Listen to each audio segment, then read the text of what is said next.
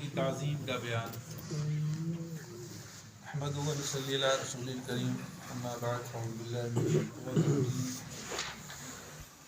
حضرت انس رضی اللہ تعالیٰ عنہ سے روایت ہے کہ نبی کریم صلی اللہ علیہ وسلم نے ارشاد فرمایا، تم میں سے کوئی شخص مومن نہیں ہو سکتا یہاں تک کہ وہ اپنے بھائی کے لیے بھی وہی کچھ پسند کرے جو وہ اپنے لیے پسند کرتا ہے۔ تو اس کے دل میں ہمیشہ دوسرے مسلمان بھائی کے لیے اچھی سے اچھی سوچ اس کے دل میں چل رہی ہوتی ہے۔ وہ نہ بھی دے سکے تو کہتا ہے اللہ تعالیٰ اس کو اس سے بہتر دے۔ تو یہ مومن کا جو ہے رویہ ہوتا ہے۔ اس کا یہ مطلب نہیں ہے کہ جو بھی چیز گھر میں وہ پسند کی لے کے آئے تو وہ کہے کہ یار میں تو آج ایمان والا نہیں ہو سکتا جب تک یہ میں کسی اور کو دے دوں، یہ مطلب نہیں ہے۔ تو ایک تو اس کا مطلب یہ ہے کہ انسان اپنی پسندیدہ چیز کو جب اللہ کی راہ میں خرچ کرنے کی نوبت آئے تو پریشان نہ ہو، اپنے مسلمان بھائی کو دے دے، جب اس کو ضرورت ہے اس کو وہ دے دے، اور اس سے اس کا ایمان مکمل ہو جائے گا۔ لیکن یہ نہیں مطلب اس کا کہ آپ جو بھی چیز، کیونکہ انسان کو اللہ تعالیٰ نے پیدا کیا، کئی چیزیں اس کی پسند کی ہیں تو وہ ان کو پسند کرتا ہے، تو وہ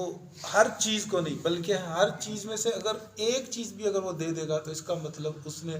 اپنی پسند کے اوپر ترجیح دی ہے دوسرے کو۔ تو جو ایک دے سکتا ہے وہ سب بھی دے سکتا ہے، لیکن گزارا بھی تو دنیا میں کرنا ہے اور زندگی میں آپ نے۔ تو ایمان کے مکمل ہونے کی نشانی یہ ہے کہ انسان یہ جذبہ رکھے اور یہ کرے بھی، جب اس کو موقع ملے وہ یہ کرے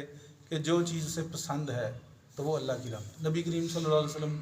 بیٹھے ہوئے تشریف فرمائے، ایک شخص آیا، اس نے کہا کہ آپ کے پاس جتنی بکریاں ہیں یہ ساری مجھے دے دیں۔ آپ صلی اللہ علیہ وسلم نے دیکھا آپ کا تو مرتبہ بہت اعلیٰ ہے، آپ نہ نہیں کرتے تھے، تو آپ نے فرمایا جاؤ ساری تمہاری۔ تو یہ ایک نبی کریم صلی اللہ، یہ جب آئے تو لن تنالوا البر حتى تنفقوا مما تحبون، تم نیکی کو اس وقت تک نہیں پہنچ سکتے جب تک تم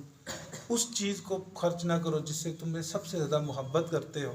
تو صحابی نے اپنا وہ باغ جس سے وہ بڑی محبت کرتا تھا اللہ کی راہ میں دے دیا اور کہا یہ بس خالی ہے، میری طرف سے خالی ہے، اور وہ مسجد نبوی کا حصہ بن گیا۔ اب مسجد نبوی کا باب ملک فہد والا جتنا حصہ ہے وہ اس باغ کا حصہ، وہ باغ تھا، اس صحابی کا باغ تھا۔ حضرت انس رضی اللہ تعالیٰ عنہ سے روایت ہے، نبی کریم صلی اللہ علیہ وسلم نے ارشاد فرمایا، تم اپنے بھائی کی مدد کرو وہ ظالم ہو یا مظلوم ہو۔ ایک شخص نے کہا اے اللہ کے رسول جب وہ مظلوم ہو تو میں اس کی مدد کروں، یہ تو ٹھیک ہے، لیکن یہ بتلائیے کہ اگر وہ ظالم ہو تو میں کیسے اس کی مدد کروں؟ آپ نے فرمایا تم اسے ظلم سے روک دو، یہی اس کی مدد ہے۔ ہم اس معاملے میں ہم مظلوم کی مدد تو وہ بھی بڑا مشکل کام ہمارے لیے ہو گیا، لیکن ظالم کی مدد کرنا تو ہم نے ذہن سے ہی نکال دیا۔ ہم کہتے ہیں نہیں لگا رہنے دو۔ اب یہ بھی وہی جذبہ ہے، میں اپنے لیے اگر ظلم کو پسند نہیں کرتا تو تمہیں کیوں کرنے دوں یار، غلط کر رہے ہو تو۔ یاد رکھیں دنیا نہیں مانتی، نہ مانے، آپ اپنے اندر یہ جذبہ بھی بیدار رکھیں اور اس کی ہمیشہ حکمت کے ساتھ، دنائی کے ساتھ لوگوں کو بتاتے رہیں یہ غلط ہے، یہ غلط ہے اور یہ درست ہے۔ عام طور پر لوگ اس چیز سے ہچکچاتے ہیں، کسی کا بچہ پڑھ رہا ہو کسی جگہ پہ، بچوں کے عام طور پر کبھی کبھار ایسا ہوتا ہے کوئی کیس ہو جاتا ہے، کوئی خرابی غلط کیا اس کا، آپ کو پتہ ہے یار اس نے یہ اسکول نہیں جاتا یا یہ اسکول جاتا ہے اور یہ فلاں فلاں کام کرتا ہے۔ یقین کریں لوگ بچوں کی رہنمائی کرنے کے لیے باپ کو نہیں بتاتے کہ یار امی باپ ہے غصے چاہ جائے گا، اور بتاؤ اس کو کان میں تو ڈالو کہ بھئی اس کو ذرا نظر رکھو تھوڑا سا آپ، اور اس جذبے سے بتاؤ کہ اگر میرا بچہ بھی ہوتا تو میں اسی طرح کرتا، آپ بھی اس طرح سے کرو۔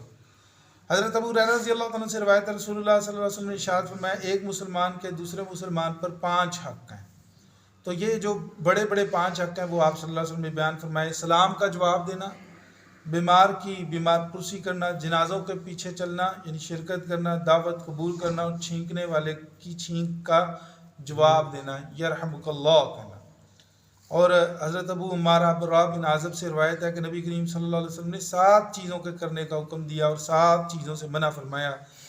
مریض کی مزاج پرسی کرنا، جنازوں کے پیچھے چلنا، چھینک کا جواب دینا، قسم اٹھانے والے کی قسم کو پورا کرنا، مظلوم کی مدد کرنا، دعوت کرنے والے کی دعوت قبول کرنا اور سلام کو پھیلانے کا حکم دیا، اور ہمیں منع فرمایا سونے کی انگوٹھیاں پہننے سے، چاندی کے برتنوں میں کھانے پینے سے، سرخ ریشمی گدوں کے استعمال سے، اور قصی کے کپڑے پہننے سے، یعنی یہ بھی ریشم کا جو ہے وہ ایک قسم ہے، حریر، استبرق اور دیباج کے استعمال سے، یہ تینوں ریشمی کپڑے کی قسمیں، کوئی موٹا کوئی پتلا، فرمایا اس سے آپ صلی اللہ علیہ وسلم نے منع فرمایا۔ اور آپ نے فرمایا جب لونڈی بدکاری کا ارتکاب،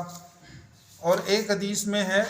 کہ آپ پہلی 7 باتوں میں گمشدہ چیزوں کی تشہیر کرنے کا بھی حکم دیا، مالک کو پتہ چل جائے، گم چیز ہو جائے تو یہ نہیں کہ گھر لے جائے، بلکہ اس کی تشہیر کرے، بتائے لوگوں کو کہ یہ چیز گم ہو گئی۔ اسی طرح مسلمانوں کے عیب کو چھپانا اور بغیر ضرورت کے اس کو ظاہر کرنا منع ہے۔